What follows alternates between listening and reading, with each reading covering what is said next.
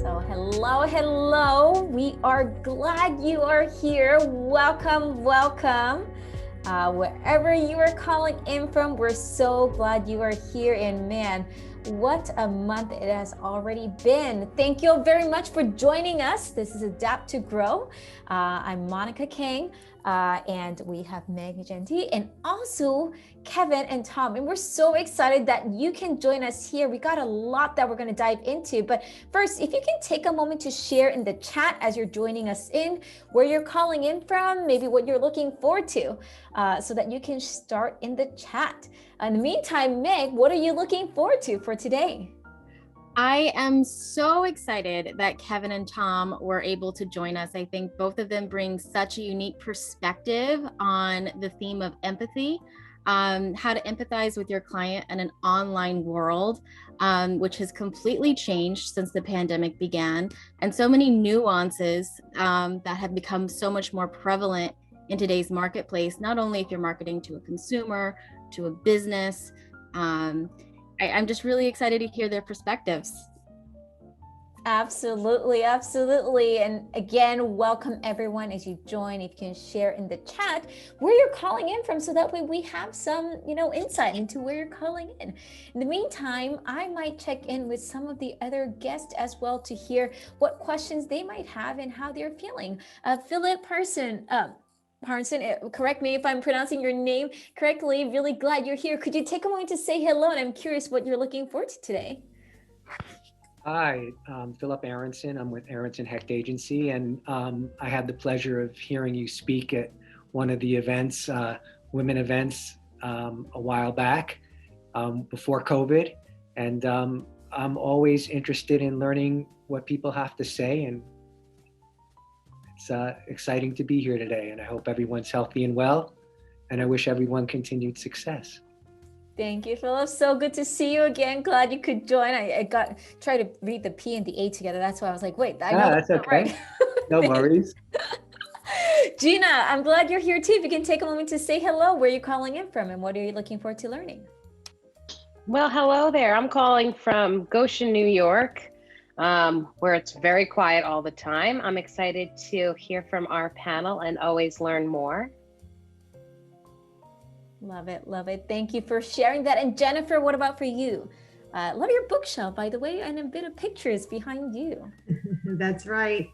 Got a little bit, it's hard to see, but because my head is blocking it, but I am in Bergen County, New Jersey, and I'm looking forward to getting on here and listening to the panelists speak. And as always, I love learning and also meeting new people, seeing new faces, and just being a part of this. So I'm excited.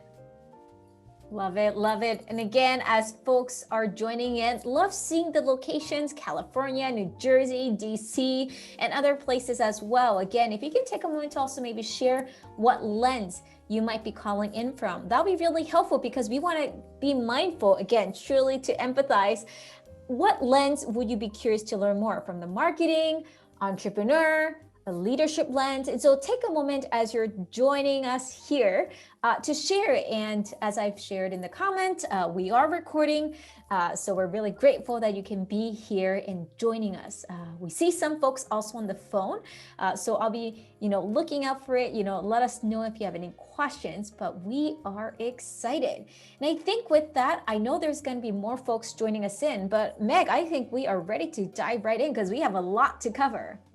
We do. It's going to be a busy one, but again, chock full of insights, chock full of great knowledge to share on how we are tackling the theme of empathizing with the unseen customer. It's something that truly resonates with all of us now more than ever. We are consumers, we are business leaders.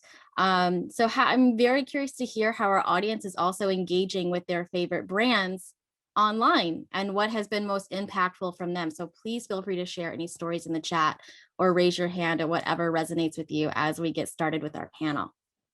And that now brings to us getting a chance to dive in. As we introduce yourselves, you're gonna see my little tech check of us pinning the four of us so that you can see us as we get started. And I would start with the premise that, I think when Meg and I were putting this together, we really thought about, geez, May means that it's just about a little over a year that we've been online.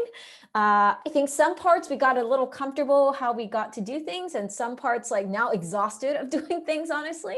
And I think this is about a good time to honestly say, how are we empathizing, and what are ways that has worked well and honestly not? And so we're really excited to have both Kevin and Tom, of course, Meg and myself, to be able to talk about this, because as you can see already from our backgrounds, we come from a very different lens, not only in how we experience our day-to-day lives, but also who we serve. Meg, could you share us a little bit more about each of our speakers, please? Yes, absolutely. So we have Tom Dougherty from Life Extension. Tom, do you want to do a quick intro? Hello, everybody. I'm Tom Dougherty from Life Extension. For those of you who don't know, Life Extension is a major supplier of supplements, minerals, vitamins, and we're headquartered here in Fort Lauderdale. We have been an online retailer for years. We never really had, actually we don't have any brick or mortar stores. We do have one here in Fort Lauderdale, but that's really for our owner of our company to put on anti-aging seminars. But for the most part, all of our products are sold either through wholesalers or our direct-to-consumer online platform or on our Amazon platform. So we're used to dealing with the unseen customer, and going through COVID last year. I will share some of the things that we experienced that we did not expect to happen, but at the same time, how we dealt with it and what we did to make sure that the customer, because the customer is always first in our mind, how did we handle their situation to the best of our ability and make changes in our organization? Wow, that sounds great. And Kevin, if you can do an intro as well. Hey everyone, so my name is Kevin Felix Chan. My initials are KFC. And I'm the co-founder and CEO of an education company called Best Delegate. So we provide these programs called Model United Nations, where students get to simulate different countries and debate about world issues, mostly at the high school and middle school level. And pre-COVID, all our programs were in person. And so it'd be easy to pop by the different classrooms and see what's happening. During COVID, it went 100% virtual, so I had to pivot the entire company entirely.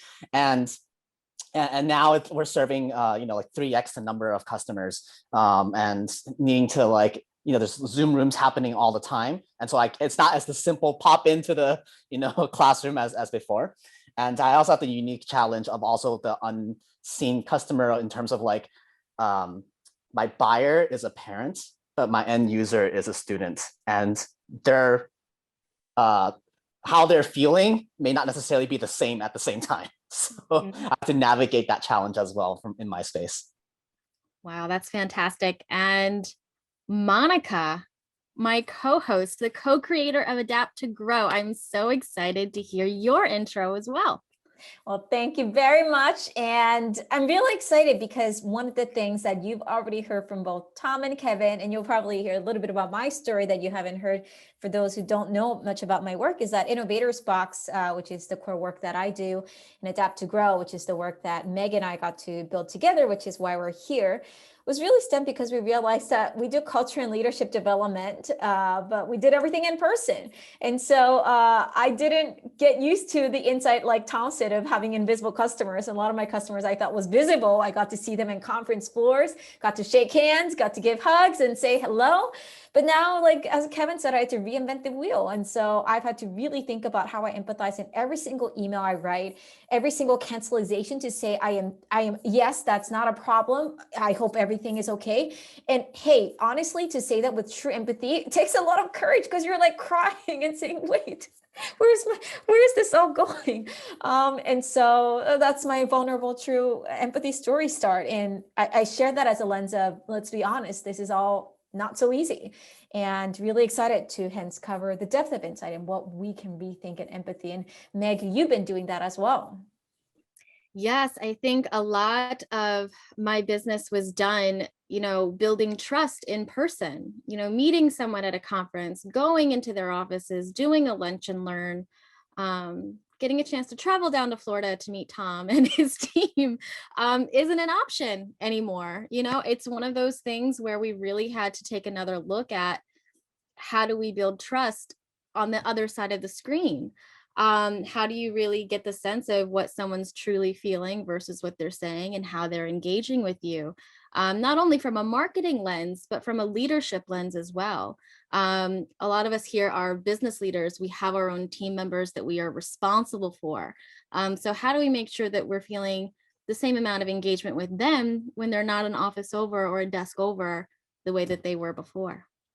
Absolutely. And this brings me then to kind of our first main theme question, which is really getting curious about how do you then get to really see your unseen customer? If I may, actually, Kevin, I want to follow up with you first, which is, as you said, you did everything in person. So how do you then really get first used to seeing your unseen customers? What did you have to figure out and what did you do differently that really helped you? Yeah, I literally cannot see them all the time. But somebody on my team is able to see them all the time. That's what I realized. And I had to really rely on my frontline staff, the teachers who are actually on the ground teaching, to really help me understand the sentiment of like, here's what the students are actually feeling.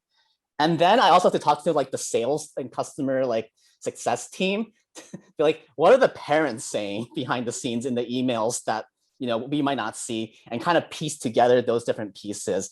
After a while, when I see dichotomies, like sometimes somebody say, I'm really enjoying the program, but then like somebody else is saying, oh, my kid's burnt out.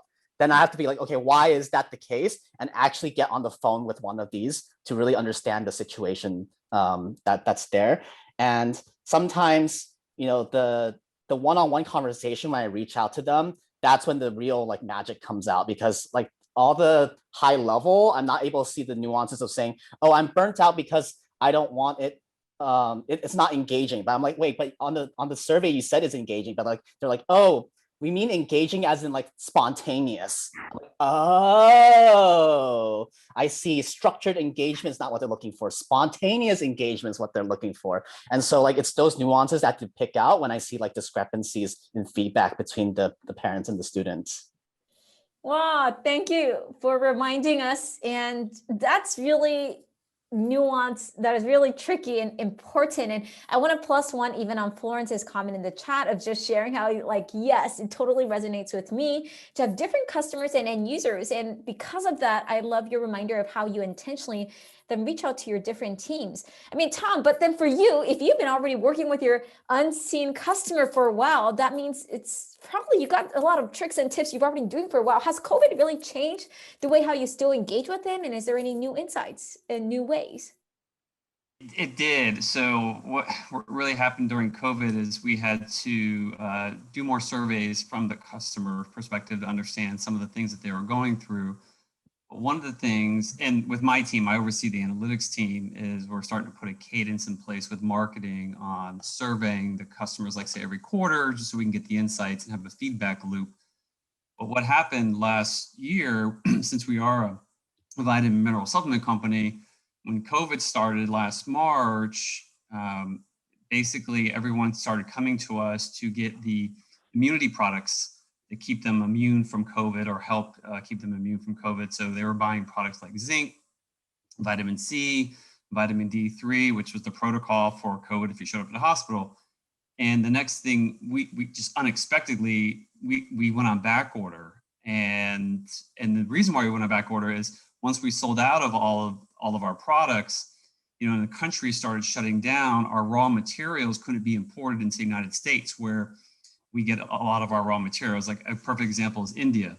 We source our turmeric from India. Well, when India shut down, there was nothing being exported out of India. So then our ability to manufacture our turmeric supplement, it just couldn't happen. So then we just started going back order. So then we had to figure out other ways to source products, but we didn't want to change from who we are and source ingredients that were not pure and clean, like to our ability. And then with that, once they started releasing things, our cost of goods to produce those products went up. And we could have done one or two things. We could have passed the cost on to the customer and increased the prices of the supplements, and we chose not to do that. So then, perfect example is here. Let's say Meg ordered 4 bottles of zinc, and we just didn't have enough to go around. So what we would do is, and I ordered zinc, so we would send 1 bottle to Tom, 1 bottle to Meg, just to get something in your hands so you guys can move forward with your products.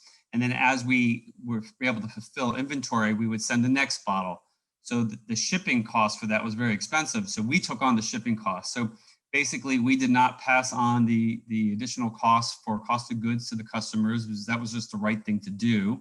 And we also took on the extra shipping cost to get the products in the hands of everybody. So our margins were declined, but that was a company-wide decision that they made, because we always look at it from the customer's perspective, and I don't think it's not fair to them to not give them the products that they need based on something that's happening out of their control or out of all of our control. So it was interesting to come across those hurdles, and we just never thought that. I mean, who would have ever thought, right? So it was good that on one side business was great and the demand was high. We just couldn't fulfill the product, so we had to come up with a way to keep everybody happy, and hopefully keep everybody happy and get everybody the products that they were looking for. Wow, thank you, Tom, very much for sharing that. And from a company-wide standpoint of view, how the decisions are made. I think honestly, from the customer end, it was like, oh yeah, okay, we'll take it. But from a company side, I think, again, many of us who are here from business owner perspectives, from the leader's mind, it's not an easy decision. And, Tom, that you've shared that was a clear decision from the company side. It was obviously the right one, and hence made it easy for the team to do. I just want to take a moment to acknowledge that is part of the empathy that I wonder we don't give enough recognition in how the policies are shaped and how we build in. And Meg, this brings to then you and how you really think about segmentation, even a term that probably is not as really empathetic, but how do we rethink that in a way? But also I'm curious, are there things that you're seeing in how customers engage differently, and to build on both Kevin and Tom's experience, that what you would recommend to other business owners or in leaders here to rethink about in how we empathize? Absolutely. I think, from Focus USA, we are a data and analytics company that does a lot of media execution. So we really hone in identifying your ideal client and where to reach them, how to reach them. But what we're seeing a lot of things changing in terms of segmentation is people are really trying to dive into defining who their core customer actually is. Like, not only who is your customer, but who is your right customer. How are they interacting with you online? How are they interacting with you from their mobile device? How are they interacting with you through Hulu, through YouTube? What comments are they making? We're seeing, as human beings, we have this drastic need to connect and to have a voice and to speak out loud, show our preferences. So the information is out there. What we're seeing internally is a big shift in how people are capturing that information and how they're responding to that information. The biggest thing in my world right now is privacy. Apple is doing away with their device tracking through Facebook. So that has been a big disruptor. The Google is doing away with cookies, which means that little piece of code that tracks your activity around the internet is going away. So there's a huge shift in my industry as far as marketing technology development to really empathize with the right customer when you can't track their activity online, which is where we've seen a 250% growth in activity online from major direct-to-consumer and direct-to-B2B brands. So the other thing that I would say is we're also seeing a merge of how a lot of companies are also shifting their B2B segmentation and outreach marketing tools to a more business-to-consumer method. We're seeing a lot more video. We're seeing a lot more connected TV. We're seeing a lot more podcasts trying to engage and story tell like never before, because that's where we're seeing that engagement. So that's how I would answer that question. Thank you, Meg, for breaking down not only how many now, many ways we are needing to keep track but engage. And I think this goes back to then the bigger theme of really understanding, okay, so it's empathizing, building policies, as even Kevin said, having your team members look out for different cues. Tom saying about the policies and the values being clear, so that way if disruption happens, you know what to prioritize. It's actually the customers getting the product, not charging them service shipping fee. And Maggie sharing about being aware of all these changes. And I think it's so important to then bring the lens, how do we then be mindful to keep track of it? Because I think I'm already listening and wondering, wait, but I'm having difficulty keeping track of my calendar. Like I feel tired myself as a human being. Like I think I need to empathize myself too. So part of it is really interesting, because I'm curious, and again, please, share in the chat as well what's standing out for you and what questions come to mind, because I think the question that's coming to me as somebody who's, really had to do this all online for the first time was realizing that, okay, what if I take that up as an opportunity, my very pain point as an opportunity? There's so many other people around the world who's using to download, whether it's Zoom, figuring out how to upload the videos, figuring out how to send the calendar invites for the first time. And is there an opportunity that I can create more tools and guidance? And that, in fact, that is what I used to do for the first 4 to 5, 6 months. And similar to what Tom shared in the policy level, we decided that that's the time and energy we want to invest to give back and not worry about the cost. And it was helpful. And in a way, really thinking that, wow, those who really thought empathy deeply made a true difference. But Tom, I know when we were thinking about this, there was another lens that you really emphasized in where we need to think more closely and how empathy really comes into play. And you shared actually a funny story. You shared about how even in your personal experience as a customer buying a car made you rethink about empathy in a very simple lens. Remind us, if you don't mind sharing it with us. Okay. I hope I won't be long-winded here. I know when I shared it with you, it was kind of funny. So just to give some background story to everybody to set the table here, I've been driving BMWs for a long time, since probably 2006. And the main reason why I drive BMWs is because I was hit head on by a drunk driver in a BMW and I survived. And to me, that's my safety mechanism, and it's my just go-to. So I just feel safe driving their cars. And my aunt and uncle were hit by a drunk driver in their BMW, which I don't know if this is a trend, but they survived. So it's I've been buying BMWs. Well, anyways, long story short, my BMW lease was coming into an end around March of this year. And it was last December. And I was just starting to think about it. Do I want to go to another brand? Do I stay with BMW? I like their 3 Series. I've been driving their 3 Series for years, but the problem with their 3 Series is they never update it. It's just the same car, same look on the inside. And I used to say to myself, can they just get Apple CarPlay, for God's sakes, So finally, I heard from a friend in December that they upgraded the car. The 2021 model was completely changed. It has Apple CarPlay, it has all the things that I was looking for.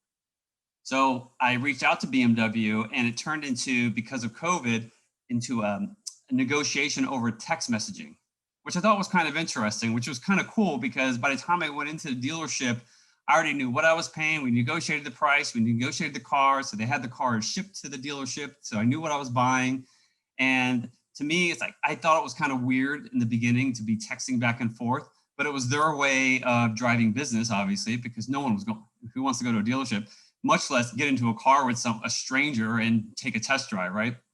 So I go over there, and I would say within an hour and a half, I was out. And I got home and I told my wife, I said, of all the years I've been driving BMWs and dealing with them and the haggling, which is the process we all hate, when you're trying to get a car, I have to say it was the best experience I ever had buying another car and getting out of my other car. So it was not as personal, but they made it feel personal. And they also made it, because when I got there, they already know who I was, and they introduced me to the different people I was texting back and forth. So it was personal, but then it wasn't, but it was a good experience. So, I know that's hopefully in a nutshell, it kind of gives you a feeling, but how they dealt with the sales of their cars during this time period, which I'm sure was challenging for them. I love that example, because one of the things that you really remind us is the power of simplicity, and how it's the simplicity that actually empowered you to feel like, hey, you know what? I will then buy this car. It was very easy, very simple, very easy. They knew what I wanted. We already negotiated ahead of time before I got there.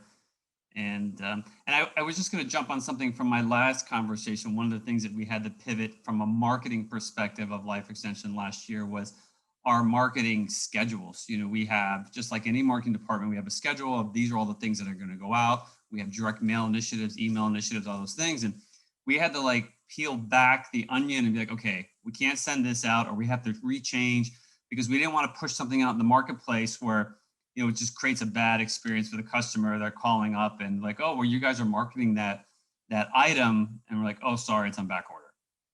So we didn't want that experience to happen. So there was a lot of, I feel like we were very busy because there was a lot of thinking involved about how would this come across to the customer. So we had to change a lot of things that we did like on the fly. So it's, and especially like Meg knows this in print marketing, yeah, that's months in advance. So like we had to, stuff that was already in play, we had no control over, but like we had to think out like over the next couple of months or the next 6 months, what do we pull back on that we don't do because of, you know, challenges that we're having in supply chain. So just wanted to throw that in there. Yes, no, absolutely. And thank you, Tom, for doing so, because it's a lot of planning.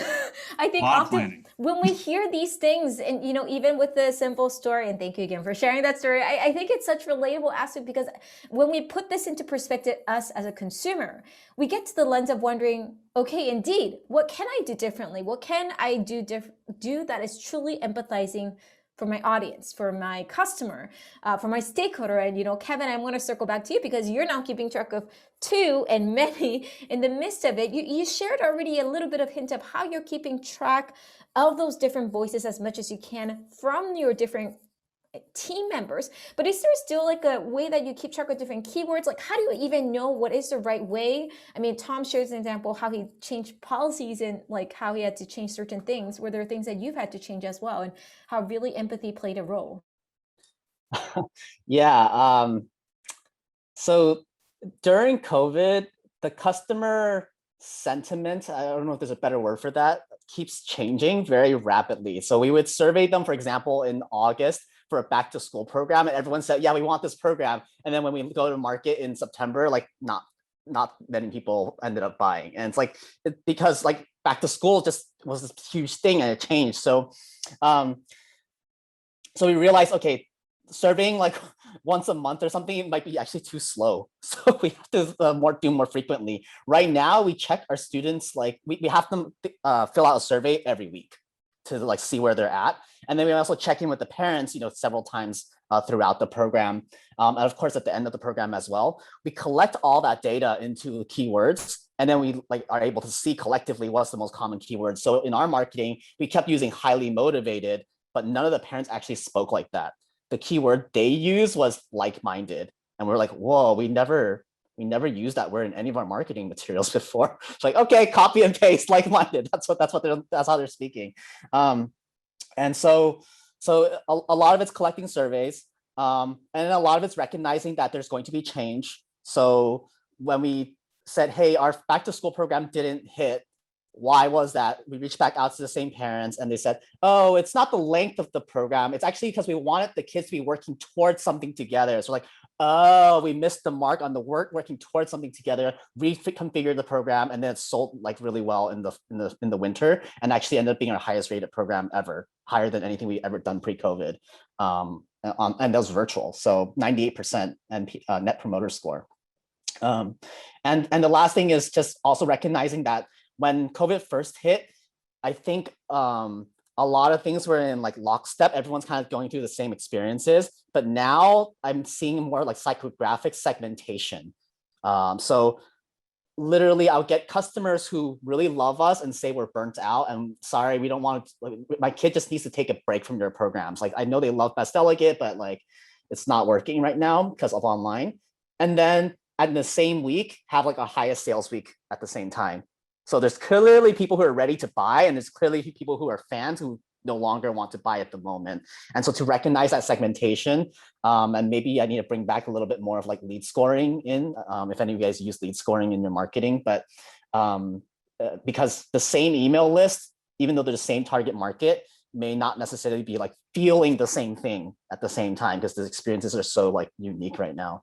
And so it's good for us to keep track of that and identify who's actually engaging with the website and send them certain marketing materials versus those who are not engaging and then like pause their campaign or switch their campaign up to something different. So Kevin, I want to actually build a follow-up question on that, because just listening to that, the operation geek in me is like, oh, I got to then streamline the communication. You know, this goes back to even Tom, your comment about like scrap all the planning, got to change everything. And I mean, honestly, there's been many moments where we had to like literally pause that button 5 minutes before it goes live because there were events happening real time in the world that is no longer appropriate, that is no longer truly really relating to the customer. But Kevin, like, I'm curious, because you have multiple chains as well, what's been an effective way to get your team members also to empathize fully, because it's not just one person? Yeah. So this is a new rhythm. We had to build a new rhythm, and we adapted to this throughout. So now what we're currently doing is quarterly like kickoff to be like, here's the overarching theme that we're going to have each month. Every month we have we call it attract, engage, delight, because we use flywheel instead of funnel, but like we have a AED like planning meeting with like, here's what we think the campaign's going to be.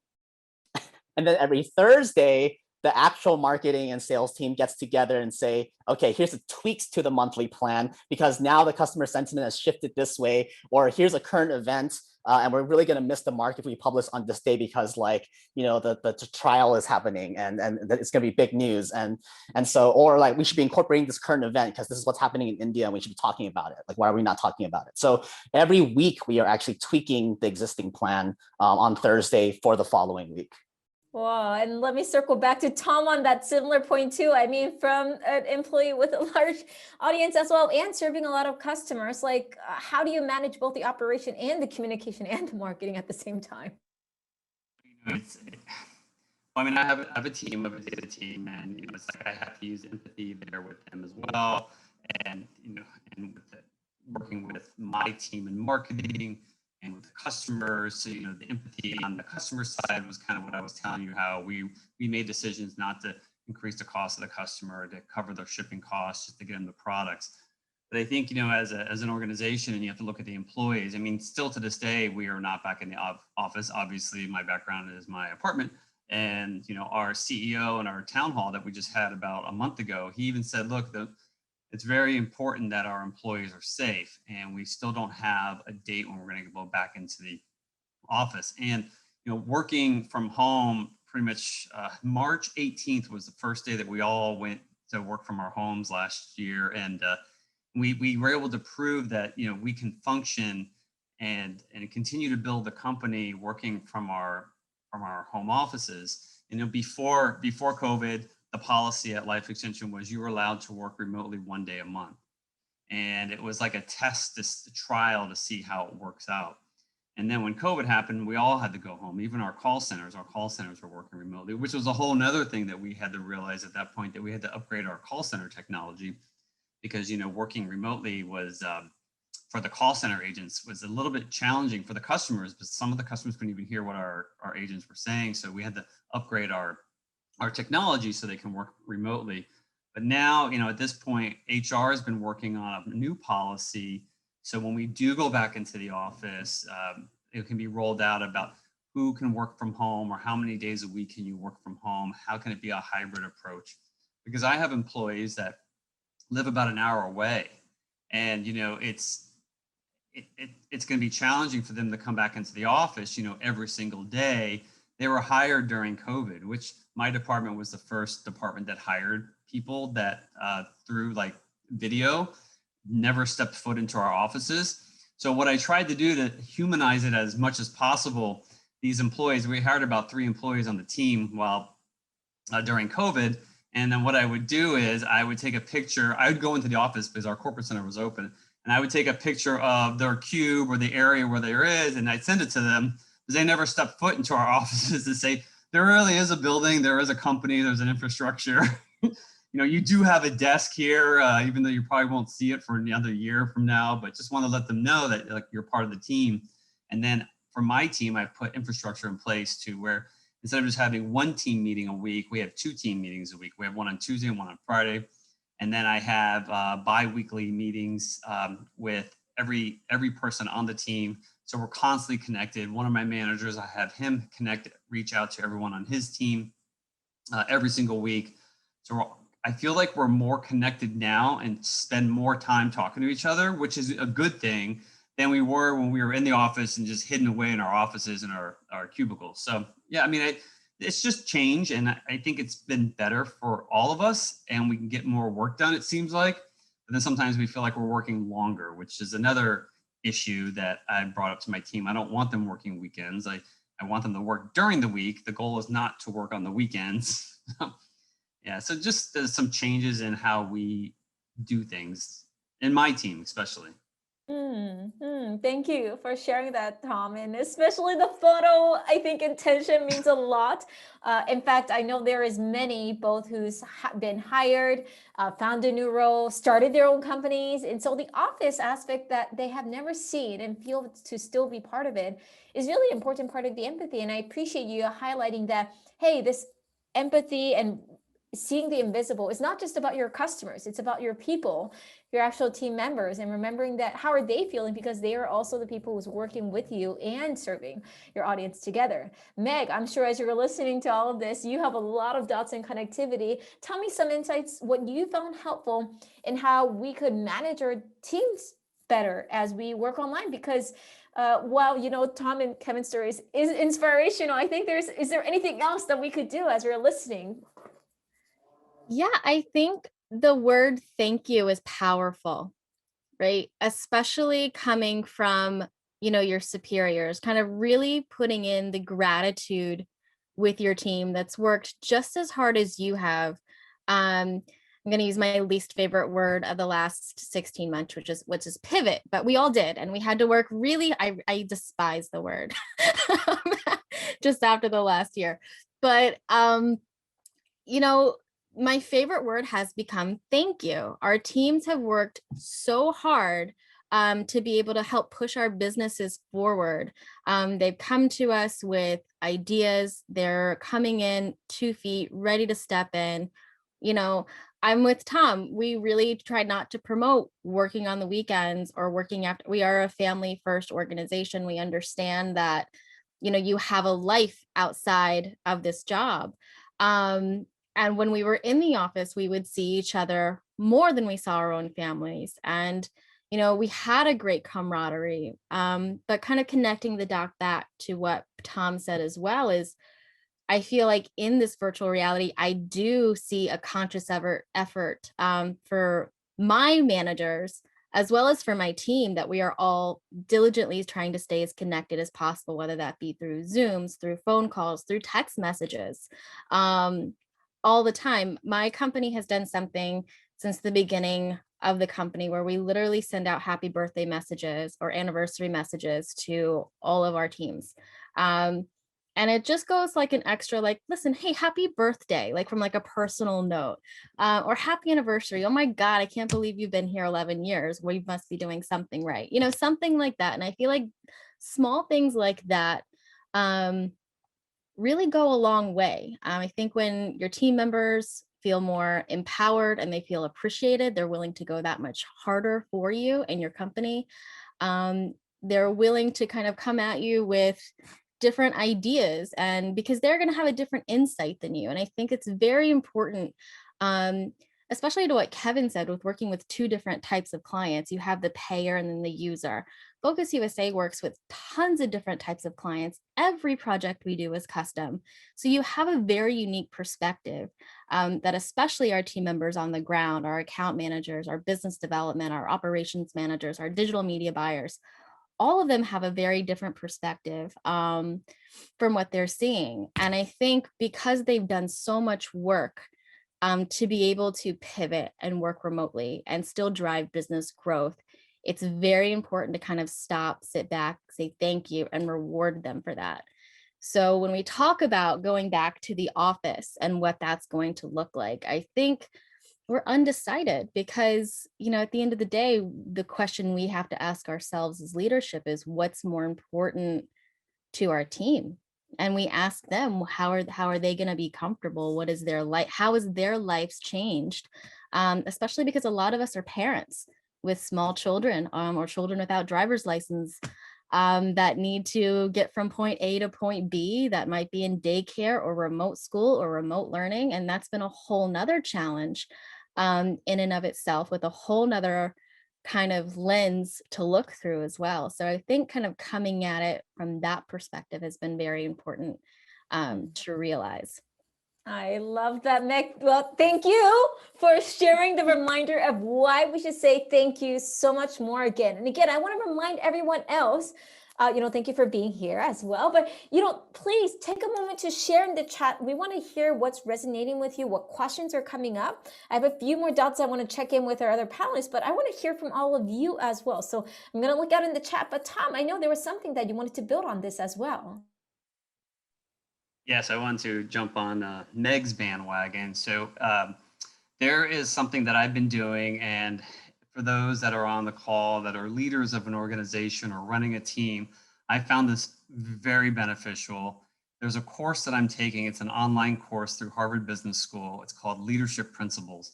The cost is cheaper than a conference, actually. So it's $1,600. I was able to get my company paid for it. And I'm finishing up, I'm finishing up the last module. It's due tomorrow.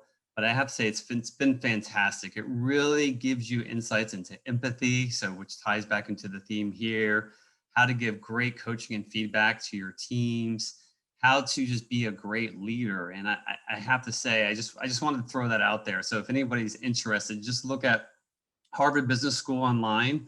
It's called Leadership Principles. So if you're managing a team, it's a great learning. So it's basically what happens is you have to go through a whole assessment on yourself, and then you have to find other people like as mentors, and they assess you as well. And then the results you get back is, do you see yourself as like others see yourself? What's the standard deviation of that? And then you go through the whole process of creating videos of yourself. People that you're engaged with worldwide that are in this course are actually like giving you recommendations. It's just an overall great course if you're interested in leadership, or if you are a leader. I think it will solidify a lot of good things. So I just wanted to tie it in, because there's a lot of things around empathy in that course. Well, Tom, I think you've hit the other key part of what we often don't realize about empathy, is that it requires self-awareness. We need to first really get to know ourselves to understand how we can relate to other people. And Tom, you sharing not only the course, thank you very much. Now everyone's going to check it out. We'll make sure that we get a chance to see. But also, I love that what you shared and what the course was doing, which is hence taking that in-depth aspect of getting to know ourselves. And I circle back to everyone else in this, call, or later on if you're watching this, that question back. How much do you truly know about yourself? This is actually one of the core questions I ask when I work with a lot of my clients that I coach, leaders and executives and companies and team culture, is that if we really want to change, whether it's something that we want to do differently, whether it's something that we're enjoying, in essence, we still need to really know who we are. So like going back to details, I'm not just talking about like what color shirt you like. Hopefully you like that too, you know that too. But like other things of like, do you know what makes you really upset? Do you know what makes you really, really happy no matter what happens? So that even on a bad day, you can go back and say, you know what, that ice cream is going to cheer me up. So no bad days, I'll figure out. You know what to do when you have a conflict in the workplace because your colleagues are disagreeing and you feel upset about it, because you know that maybe, okay, I can check in with this person via text, or I know that this person got my back, so let me circle back when this person's free. Do you know your preference in communication? And as a result, do you know of all these things of your customers and your team members? Because I think the more we get to understand how complex, nuanced we are, and ever-changing we are as a person, I mean, we literally change multiple times what we even want to eat in a given day. It seems then they're very normal that any of our team members or customers are changing, have all these different insights. And Philip, Gina, thank you for your comments in the chat as well, because it's exactly right. I mean, as Philip said, change is the only constant thing in life. If we didn't really understand that, I mean, honestly, COVID kind of became a wake-up call. So Kevin, I want to circle back with you, because I'm curious, are there other ways that you've been also training your team, and other ways that you're looking forward to doing more because of all the learning that you've done with empathy during this time? Yeah, it's really interesting you brought up the point about getting to know myself, because only I think this was during the fall, so like I guess half a year ago, I did like a zone of genius assessment where it's like, what's my zone of genius, what's my zone of excellence, competence, incompetence, and kind of like mapped out my day to day across those 4 spectrums. And I realized, whoa, like I really liked doing the high level picture thing, piecing together the dots, but my actual current day to day is doing all this other stuff. And I'm like, how do I not do some of that other stuff that's not actually not my strength or like the thing I'm most passionate about? That would probably make me more burnt out, or as you mentioned, like, maybe I would get like frustrated or upset if I had to do all that stuff. At the same time, I had to remember that like people get burnt out a lot on Zoom or other platforms when they're just like not doing things that they enjoy. And so how do I empower my team to do the thing that is their zone of genius, like that they love doing? And I had to, I reminded my team, like, a lot of them are signing up to do this to teach right now because their mission is they're going to provide the most engaging, exciting, like educational experience possible. Like this is going to be like the thing that the kids all look forward to right now during the pandemic is I want to do Model UN at 4:30 p.m. in the afternoon, right? At the end of the whole day of virtual school. That's what the kids come to the program for. And so I empower you to do that. And so it's not just like the staff having empathy and feeling it, but like empowering them to use empathy for something. So what I mean by that is I could connect the big picture dots and know that where we missed the mark was getting a course, the direction where we want to head is working together. That's what the parents are telling me, working together. But I don't know how to like actually make working together happen on the ground because I'm not with the students on a day-to-day basis. But all my staff might know that. So empowering my staff, how to create this camaraderie on Zoom right now. Can you figure this the actual thing out? And for it's very rare that we have like something that we develop a curriculum, like and let the staff empower like to develop the curriculum from scratch, right? Instead of from the very top. So that enabled like empathy to really see like the staff as like conduit for empathy straight from the customers to the program, to the company, instead of like this thing where like, okay, they're going to tell the staff what to do and the staff's going to tell me and I'm going to make the program and then I'm going to head it back to the staff and then they're going to try to teach it, right? That's like a lot of loss in translation. And I think, it became very motivating and they knew it. It gave them a mission to like, we're going to create the best experience possible. And they did it. And that's how they got the 98% net promoter score, which is the highest ever. And so I think a lot of it is also being open to feedback and empathy, but then like giving them the empowerment to take their empathy and do something with it that like really hits the mission of the company. Empowerment indeed. And I loved your reminder again, once you do get a chance to know your zone of genius, which basically we all have a different zone of genius, and in fact, multiple. It's basically the one of items and things that you feel like you easily do and other people feel like it's work. For you, it's not. That's why you probably did not feel that that's something that you do well, because it's like, does it feel like work? Or maybe it does, but like you just have the quantity, you can do more. And that's really important because again, Kevin, I love that you reminded us that, we, again, as Tom reminded us as well, is the aspect of thinking ourselves in the leader's seat. What are the responsibilities? What are the thinking forward that we can do, looking out for a team, for our colleagues, for our team members, for our customers? And I'm going to say this even for those who currently joining right now and saying like, well, but Monica, I'm not in a leadership role yet. I'm like, doesn't matter. Thinking as a leader is a skill set and a mindset.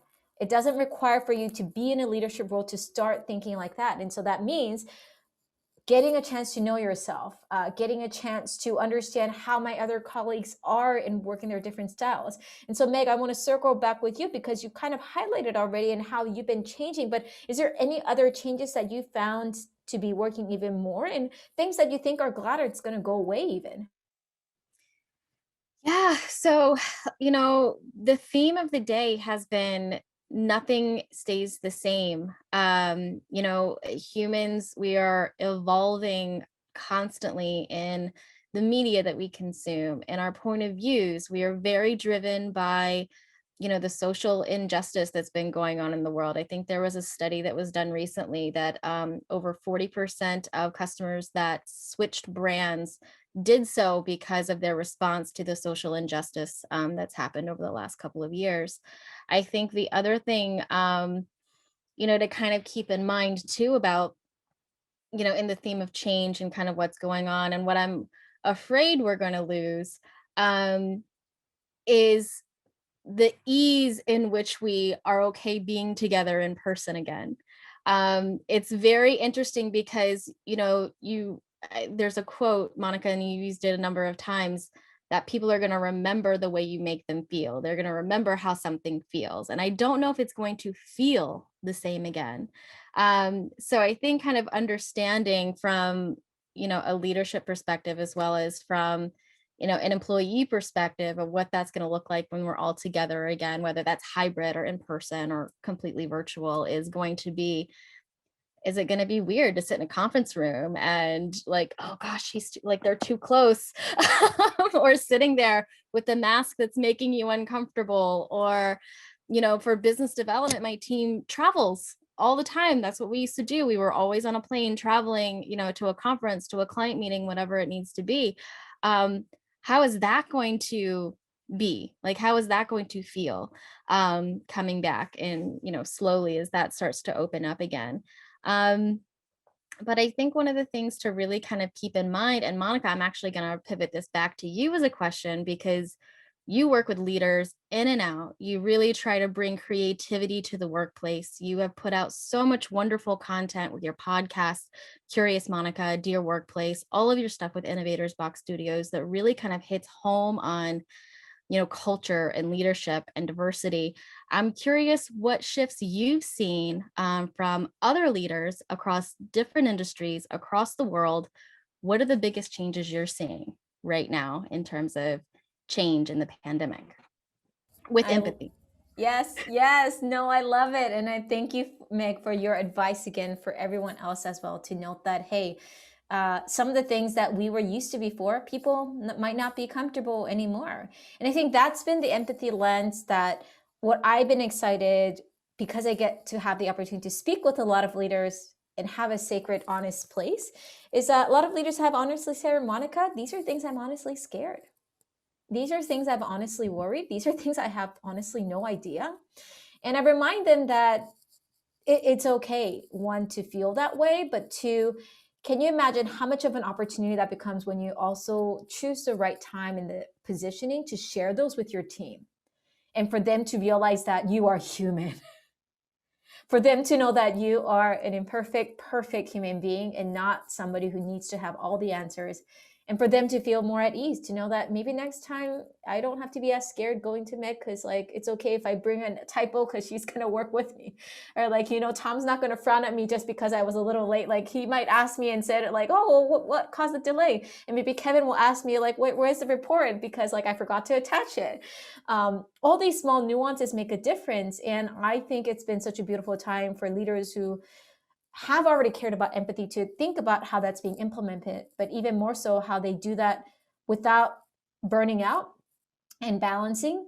But most importantly, how do you play that catalyst role to really channel that to others? And so I think because it has been hard, because there's been so much change, it has, I think, really pushed a lot of leaders to earnestly realize, I thought I was empathetic, but I wasn't enough. I think I can still go a layer deeper. And I realized I didn't get a chance to actually check in with my teams unless I had time.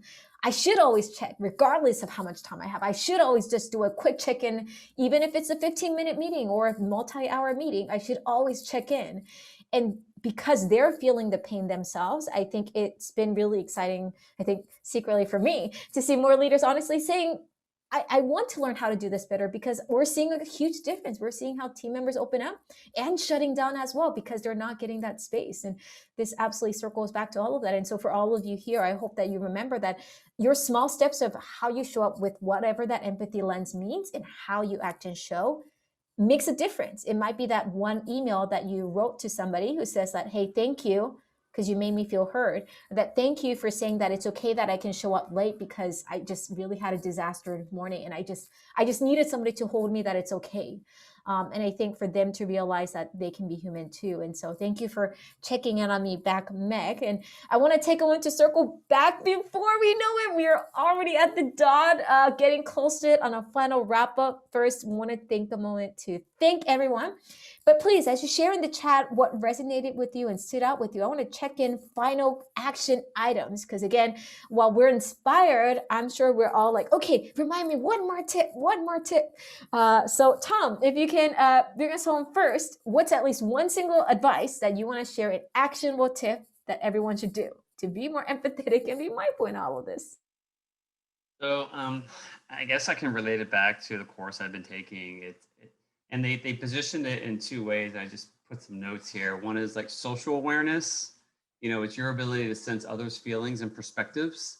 And organizational awareness, your ability to understand the power of relationships within your own organization. So, I think that's key, especially if you're a leader. And then, if you're also trying to understand and empathize with a customer, understanding the relationships within your organization can help you also understand the relationships that the customer has with your organization. And if you can put yourself in your customer's shoes or the people that are working for you, their shoes, because at the end of the day, we all feel the same way in some form or fashion, but it's been able to see it from a different lens. And I think, if we can all just as human beings become better at doing that, especially in our social platforms, which I feel sometimes people are like, use that as they're hiding behind it and to push stuff out there. Always think about before you send something or say something, like how is that going to be perceived to somebody else? It goes back to the social survey that I had to do for the leadership course, where it was like, is how I see myself differently from how people actually perceive me? Because perception's reality. So if someone's perceiving me different than how I perceive myself, then my self-awareness is a little off. So that's what I would say. Always be aware of your own self-awareness and how you come across to others, and be empathetic to others, especially in our social world, because that's really what everything's turned into. COVID to me has been the biggest social experiment that we've ever come across, and I think what we're going to take away from this is how to function in the new world and to be more, I hope to be more empathetic towards everybody, and not hide behind our walls of social media and understand how that makes somebody else feel. Thank you very much, Tom. Really upping our active listening game, really upping our active listening awareness. Thank you for sharing that in tangible ways. Kevin, what about for you? Any advice you want to share? I was just about to say listening as well, listening to understand, because at the micro level, the listening is so nuanced. People use the word engaging in my market, engaging in different ways to mean different things. When people say they're Zoom burnt out, they actually meant Zoom burnt out in the structured conversation way, but not if we had what the kids would call silly time on Zoom. They're okay with that. So it's like really trying to listen and understand and ask questions when I'm not sure if we have this different interpretations of the exact same word. And also because, frankly, even myself, I'm still learning how to express myself better. And a lot of people don't know how to fully, have to express like what they actually mean when they use the word that they mean. So that's at the micro levels, listening, and then building on top of that, the macro level, listening even more. And what I mean by that is that whole psychographic segmentation. A certain part of my market says they're burnt out, and then a certain part of my market is like buying the highest sales like ever at the same time, right? And so who am I listening to, and how do I draw the bigger macro picture to form the if I'm about to make a decision on something, and knowing that maybe the loudest voice isn't necessarily the most representative voice of the whole market. I have to put that in context with what people are saying, who's saying it, and what my data also says at the same time, and combining both the holistic and the data together to form this larger picture. Listening to understand, indeed, and being aware of the nuances. Meg, what about for you? I think the whole thing is, data. Collect the data, read in between the lines on your data, look at all of your touch points, where you're engaging, right, Kevin, with your customers, and really kind of reading between the lines on the vanity metrics to find the why. And being aware of all these things require your self-awareness and care too. So if you are just simply doing for the sake of it, not really taking the care to know how you enjoy and why are you doing it, then it's not going to be empathizing for who, right? So thank you all very much. I'm so glad you all got a chance to join us. Thank you for taking a moment. We will be doing a more in-depth workshop next week. Meg and I will get a chance to, if you feel like, okay, I do want to learn how to do all of this a little bit better, while we have a special guest, Kevin and Tom, today, you can follow with them and hang out with them and get to know them more. But we, Meg and I, will be doing an in-depth workshop next week. So if you haven't got a chance to sign up, please do so. We're going to do some models that you can learn how to use. But thank you so much for joining, and we will see you next time. Thank you.